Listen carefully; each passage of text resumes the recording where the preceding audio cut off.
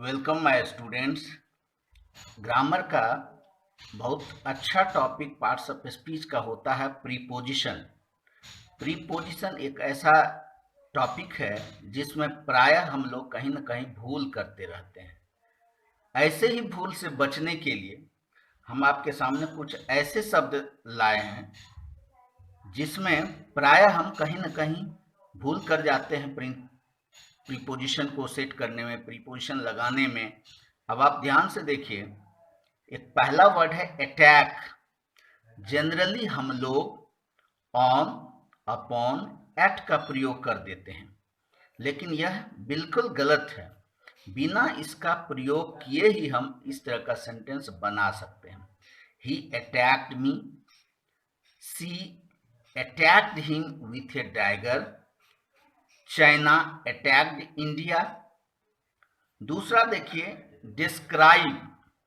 Describe में प्रायः describe का प्रयोग करते वक्त हम अबाउट लगा देते हैं, लेकिन अबाउट नहीं लगाना है।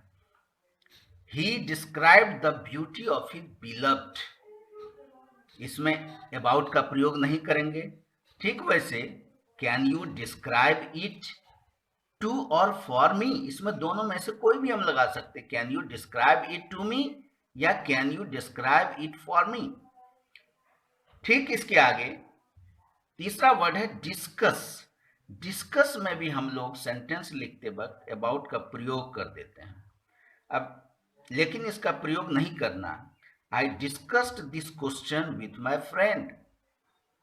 आई discussed with my friends what to do in this corona situation.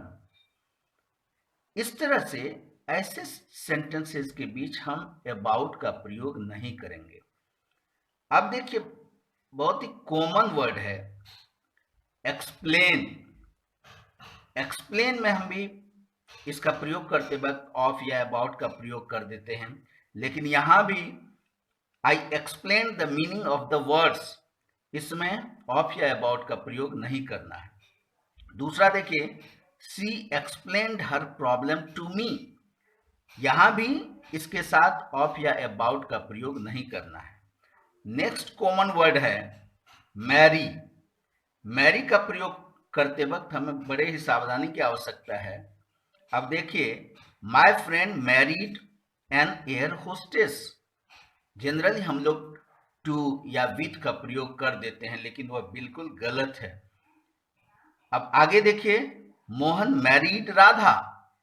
यहां अगर हम लोग करते हैं मोहन मैरीड टू राधा या मोहन मैरीड विथ राधा, तो ग्रामेटिकली बिल्कुल गलत है। इसलिए ऐसे जगह विथ और टू का प्रयोग हम नहीं करेंगे। नेक्स्ट देखिए, कॉमन वर्ड है राइट। अब यहां ध्यान देने की आवश्यकता है कि कहीं कहीं टू नहीं लगता है और कहीं टू लगता है।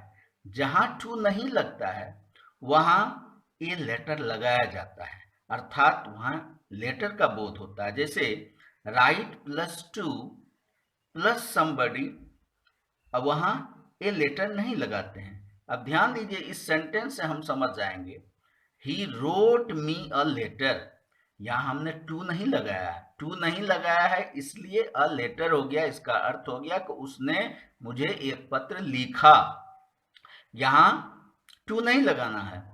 नेक्स्ट सेंटेंस देखिए, she writes to me every week, वह मुझे हर सप्ताह पत्र लिखती है।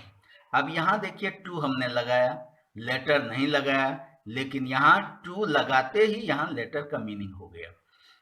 वह मुझे हर सप्ताह पत्र लिखती है।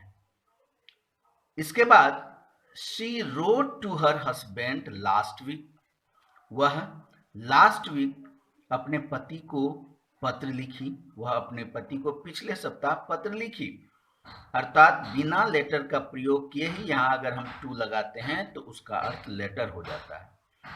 She wrote 5 letters to her husband last month. अब यहाँ लेटर्स की संख्या ज्यादा है, इसलिए हमको यहाँ लगाना है she wrote 5 letters to her husband last month. Letters हमने लगाया लेकिन यहाँ टू नहीं लगाया है, इसलिए इसका अर्थ स्पष्ट है कि उसने अपने पति को पिछले महीने 5 पत्र लिखे। अब नेक्स्ट एक वर्ड है, बहुत कॉमन वर्ड है, लेकिन इसका प्रयोग हम बराबर करते हैं, इसका सामना हमको बराबर करना पड़ता है, लेकिन इसमें बहुत सावधानी की आवश्यकता है। अब आप देखिए इस बॉक्स के अंदर इतने सारे प्रीपोजिशन हैं, ऑफ है, फ्रॉम है, बाय है, थ्रू है, फॉर है, इन है, विथ है, लेकिन इन सभी प्रीपोजिशन का प्रयोग हम डाई के साथ करते हैं और करना पड़ता है, लेकिन इसको ही लगाने में हम कहीं न कहीं भूल कर देते हैं। अब ध्यान से देखिए, ही डाइड ऑफ कॉलेरा, अगर डिजीज की बात होती है, किसी बीमारी से अगर कोई मरा है, तो वैसी स्थिति में हम ऑफ प्रीपोजिशन लगाते हैं। Mohan died of hunger, thirst same grief, अगर हंगर, थर्स्ट सेम, भूख से, प्यास से, लज्जा से, दुख से अगर कोई किसी की मृत्यु होती है, वैसे स्थिति में भी ऑफ प्रीपोजिशन का प्रयोग किया जाता है। डिजीज की स्थिति में, रोग की स्थिति में भी ऑफ प्रीपोजिशन हम लगाते हैं। नेक्स्ट देखिए, ही डाइड फ्रॉम वुंड या फूड पॉइजनिंग, कोई घाव से मर गया या फूड पॉइजनिंग से मर गया, ऐसी स्थिति में हम फ्रॉम प्रीपोजिशन लगाते हैं। यहां अगर ऑफ प्रीपोजिशन लगाएंगे तो वह ग्रामेटिकली बिल्कुल गलत हो जाएगा, इसलिए ही डाइड फ्रॉम वुंड या फूड पॉइजनिंग। नेक्स्ट देखिए, ही डाइड बाय वायलेंस और वंस ओन हैंड, वह किसी हिंसा के द्वारा मारा गया या अपने हाथ से मारा गया। इस तरह से ये वायलेंस के संदर्भ में अगर इस सेंटेंस का हम प्रयोग करेंगे तो यहां बाय प्रीपोजिशन लगेगा, यही सावधानी बरतने की आवश्यकता है। नेक्स्ट देखिए, he died for his country, अगर अपने देश के लिए कोई मर जाता है तो वैसे स्थिति में हम फॉर प्रीपोजिशन लगाते हैं, यहां दूसरा प्रीपोजिशन लगाना गलत हो जाएगा। नेक्स्ट देखिए, he died through neglect, negligence से अगर किसी की मृत्यु होती है तो वहां हम थ्रू प्रीपोजिशन का प्रयोग करते हैं, इसलिए she died through neglect. Mister Sinha died in battle, अब यहां युद्ध में कोई मारा जाता है, किसी के बेड पर कोई मर जाता है, तो वैसे स्थिति में हम इन प्रीपोजिशन लगाते हैं, इसलिए यहां mister Sinha died in battle या ऑन बेड, किसी के बेड पर। या नेक्स्ट सेंटेंस देखिए, he died with his wife, अब यहां विथ प्रीपोजिशन का प्रयोग हुआ है।